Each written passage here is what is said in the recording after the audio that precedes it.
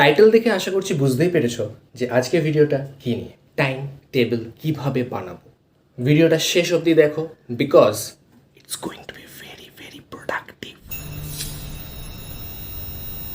সময় কিন্তু এগিয়ে যাচ্ছে, দিনের পর দিন কেটে যাচ্ছে। আজকাল তো মনে হয় খুব তাড়াতাড়ি সময় কাটছে, হঠাৎ করে এত তাড়াতাড়ি চেঞ্জেস আসছে সব দিক দিয়ে।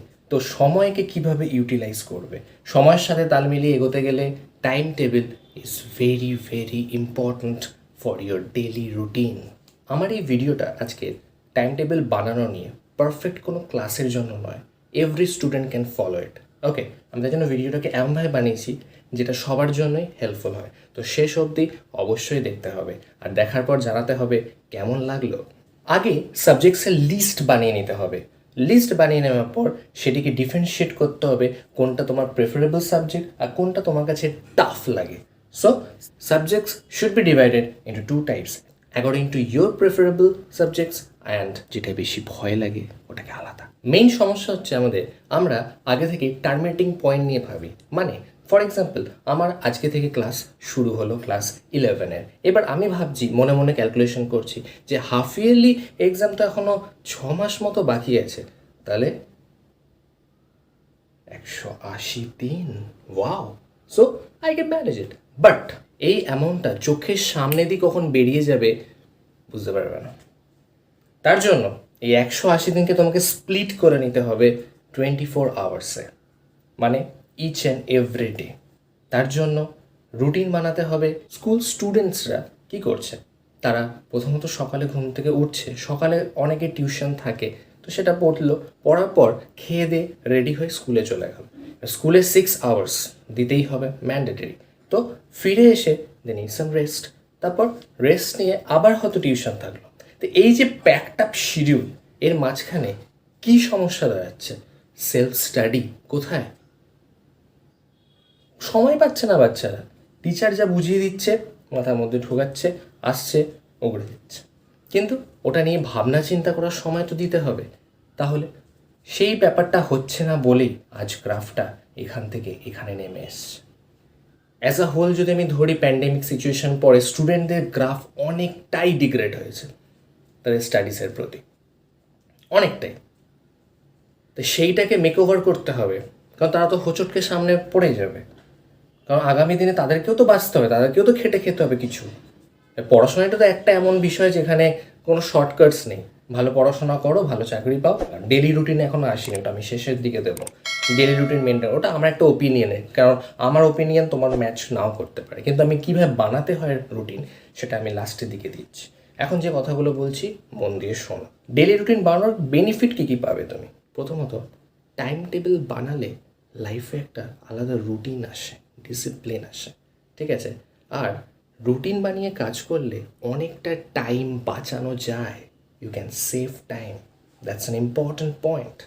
অনেকটা এনার্জি সেভ হয়, কারণ মনের মধ্যে একটা স্যাটিসফ্যাকশন আসে যে তুমি ওই রুটিন অনুযায়ী কাজটা আজকের করতে পেরেছো।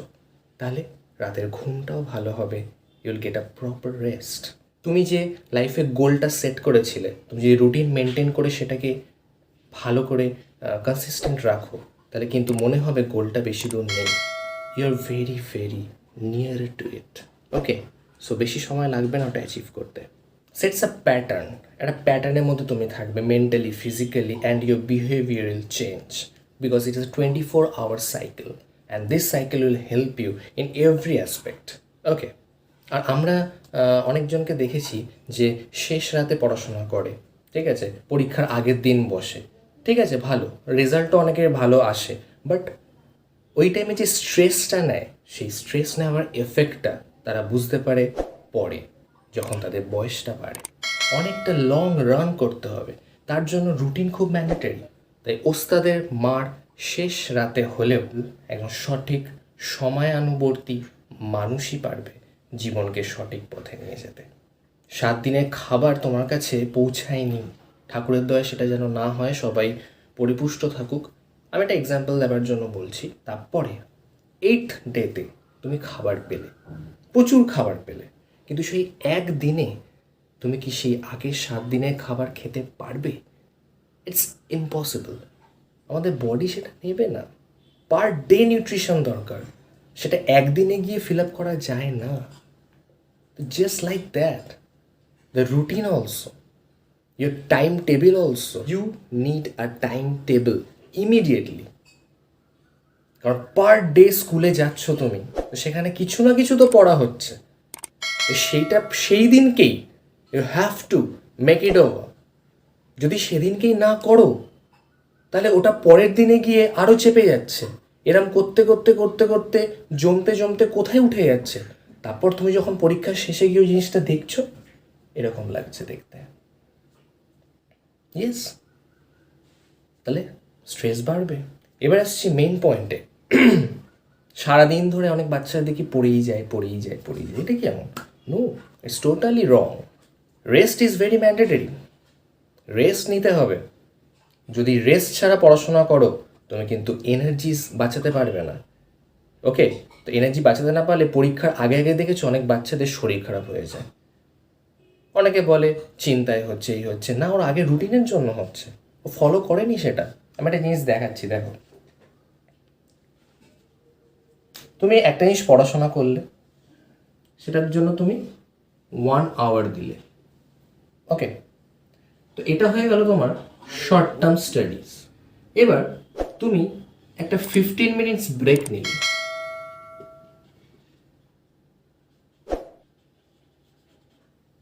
সেটা যে কোনো ব্রেক হতে পারে, কিন্তু শুড বি প্রোডাক্টিভ। ধরো কোনো মোটিভেশনাল ভিডিও দেখলে যেটা তোমার পছন্দের, ঠিক আছে, এবার যেটা পড়লে সেটা নিয়ে কিছু ভাবনা চিন্তা করলে, ওকে, গান শুনলে, ওকে। তারপর এই যে পড়াটা, ছোট পড়াটা ছিল তোমার 1 ঘন্টা শর্ট টার্ম, এটা তোমার লং টার্ম মেমোরিতে গিয়ে সেটেলড হয়ে গেল। দ্যাট মিনস একটা পড়া যেটা 1 ঘন্টায় হয়েছে, তুমি 15 মিনিটস ব্রেক নিলে, তারপর সেই 15 মিনিটসে তুমি আরেকবার একটু দেখে নিলে, টোটাল তোমার লাগলো 1.5 আওয়ার্স। তার মধ্যে তোমার ওই পড়াটা রেডি করে দেখো। ফল পেলে অবশ্যই জানাবে। এটার জন্য একটা লাইক তো বানতে হয় বস। দেখো, বলাটা খুব সহজ, করাটা খুব কঠিন। আমিও লাইফ মেনটেন করি, being a teacher I too. এই টাইম টেবিলটা কিন্তু শুধু স্টুডেন্টসের মধ্যেই সীমিত রাখলে হবে না। যারা টাইম টেবিল এখন থেকে বানাবে তারা বুঝতে পারবে যে সারা জীবনের জন্য টাইম টেবিল কতটা ইম্পর্ট্যান্ট। আমিও এখনও অবধি টাইম টেবিল মেনটেন করেই কাজ করি। এখন কি হয়েছে, কাজের সাথে পড়াশোনাও আছে আমার। তো এবার কি হয়েছে, রিসেন্টলি হাই সেকেন্ডারি এক্সাম হয়েছে ওয়েস্ট বেঙ্গল বোর্ডের, তো ওখানে হাই সেকেন্ডারি খাতা চেক করার জন্য দায়িত্ব এসছে। তো আমি রিসেন্টলি, তোমরা জানোই যে আমি কদিন হলো ইউটিউবটা স্টার্ট করেছি, তো অতগুলো খাতা আমাকে চেক করতে হচ্ছে, তার জন্য একটা সময় দিতে হচ্ছে। তো সেই সময়ের মধ্যে আমি কী করলাম, আমার রুটিনটাকে চেঞ্জ করলাম। কারণ আমাকে এইটাকেও মাথায় রাখতে হবে তোমাদের জন্য, যে আমি ইউটিউবটা শুরু করেছি আর তোমাদের জন্য আমাকে পরপর ভিডিও আনতে হবে। তো আমার রুটিনের মধ্যে একটা চেঞ্জেস এসছে, একটা মডিফিকেশন এসছে। ক্যালেন্ডার ইউজ করা, ঠিক আছে, নাম্বার ওয়াইজ ক্যালেন্ডারটাকে মার্কিং করা ভেরি ইম্পর্ট্যান্ট। কিন্তু দেখো, মাঝে মাঝে আমাদের শরীর খারাপ হতেই পারে, ঠিক আছে, কোনো রকমের এক্সটার্নাল কিছু কাজ আসতেই পারে, এটা হতেই পারে। তো ওখানে তুমি স্টপ করো, ইউ ক্যান স্টপ ইট। কিন্তু খেয়াল রাখো এক্সটার্নাল ডিস্ট্র্যাকশনের যে অ্যামাউন্ট, ওটা যেন বেড়ে না যায়। হয় একটা দিন 2 দিন গ্যাপ হতে পারে, শরীর খারাপ হতেই পারে মানুষের, সেটা কোনো বড় ব্যাপার নয়। বাট মাথায় রাখতে হবে যে যে লুকটা আমি নিচ্ছি সেই লুকটা আমি মেকআপ করবো ঠিকভাবে। সেই সব দিয়ে দেখতে বলেছি, ভিডিও কিন্তু শেষ হচ্ছে না। রুটিন যেটা তোমাদেরকে দেখাতে চলেছি, চলো দেখে নাও। গোটা দিনে 86,400 সেকেন্ড পাওয়া সত্ত্বেও সব স্টুডেন্টরাই টপার হতে পারে না। তো এখানে একটি রুটিনের স্কেচ দেওয়া হলো, যেটা তোমরা ফলো করলে for 21 days, after that you will get a good result. এটি গোটা দিনকে 24 ঘন্টায় ভাগ করলে তার মধ্যে 7 ঘন্টা দিচ্ছি ঘুম, আর ঘুমের পর আমরা 30 মিনিটস দেবো মেডিটেশনকে। আফটার দ্যাট বার্থ অ্যান্ড রিফ্রেশমেন্টের জন্য 1 ঘন্টা। তারপর স্কুলের জন্য রাখতে হবে 6 ঘন্টা, এবং সেখানে যাওয়া এবং ফেরার জন্য 1 hours. After that extra curricular অ্যাক্টিভিটিসের জন্য 30 মিনিটস রাখাই যায়। তারপর টিউশন অথবা অনলাইন ক্লাসের জন্য 2 ঘন্টা আমরা রাখছি। After tuition and online class we will go for the self study, which is the main part of your routine, and it should be of 5 hours. সেটা পরপর না হয়ে পার্টে পার্টেও হতে পারে। তারপর বেঁচে থাকা 1 ঘন্টা রাখছি 3টে মিলসের জন্য। তাহলে অবশ্যই লাইক করবে, তার সাথে বন্ধুদের সাথে শেয়ার করো, আর সাবস্ক্রাইব করে দিও।